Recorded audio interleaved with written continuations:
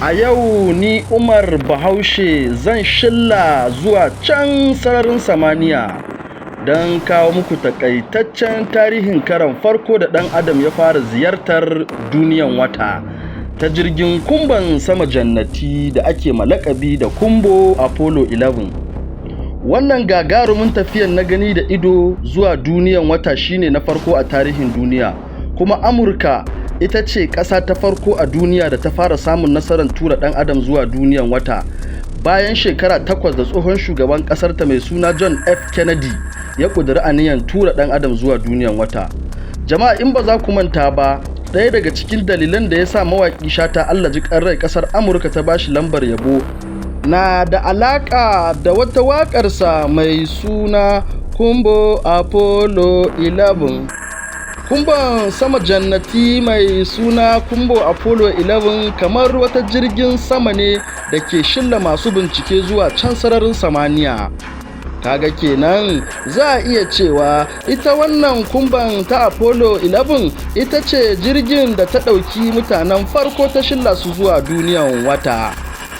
Masu kallo, kar ku manta fa, wannan watan ita muke gani 'yar ƙarama a ƙololuwan sama wanda rana ke haska ta in magariba ta keto. Amma kwatsam rana ɗaya aka samu waɗansu sun shilla cikinta don bincike. Tun ba yau ba, manyan ƙasashen duniya musamman Amurka da Rasha na gasa a tsakaninsu wurin bincike a sararin samaniya. Kowace ƙasa a cikinsu na so a ce ita ta fara gano wani sabon abu a sararin samaniya. Ana cikin haka ne sai ƙasar Amurka ta buga mamaya ta ce a maimakon shawagi ko bincike a sararin samaniya, mai zai hana su tura ɗan adam cikin duniyan wata. Kankace kwabo sai suka fara shirin yin haka a ɓoye ba tare da abokan karawansu sun san me ke tafiya ba. Daga nan suka fara shirin ƙera Kumbo Apollo 11 da zai shilla masu bincikensu zuwa duniyan wata. Hukumar Amurka mai alhakin bincike a sararin samaniya mai suna NASA ta ba da gudunmawa sosai ta hanyar naɗa jajirtaccen mai bincike a sararin samaniya a matsayin jagoran tafiyan mai suna Neil Armstrong.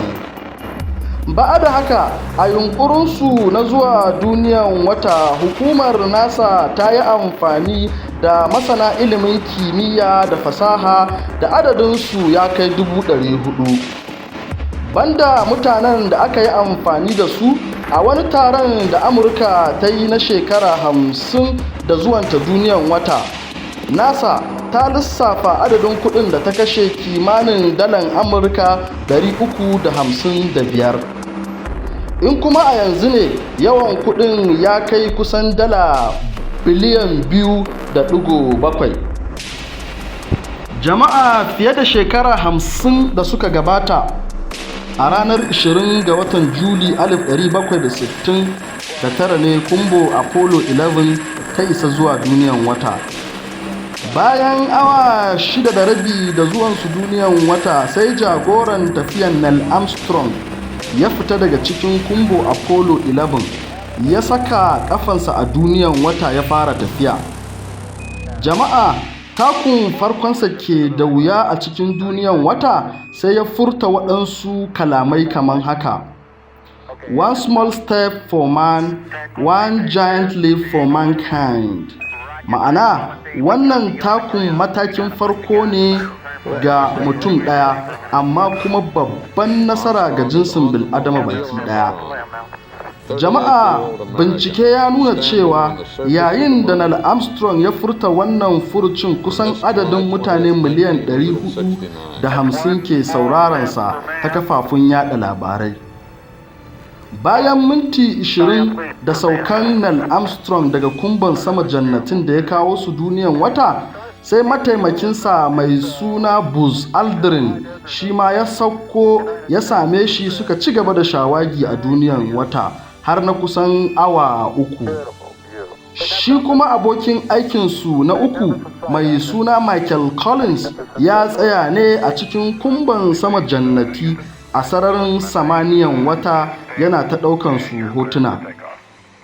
Jama'a, tarihi ya tabbatar da cewa Neil Armstrong da Buzz Aldrin ba su bar ƙasan wata ba har sai da suka kafa tutan Amurka, sannan suka sami wani wuri a duniyan wata suka rubuta waɗansu kalamai kamar haka: "Here men from the planet Earth set foot on the moon July 1969 AD. We came in peace for all mankind." Ma'ana, a nan ne ɗan adam na farko ya fara saka ƙafa a duniyan wata. A watan Juli 1966, mun zo lafiya don wakilcin bil'adama baki ɗaya.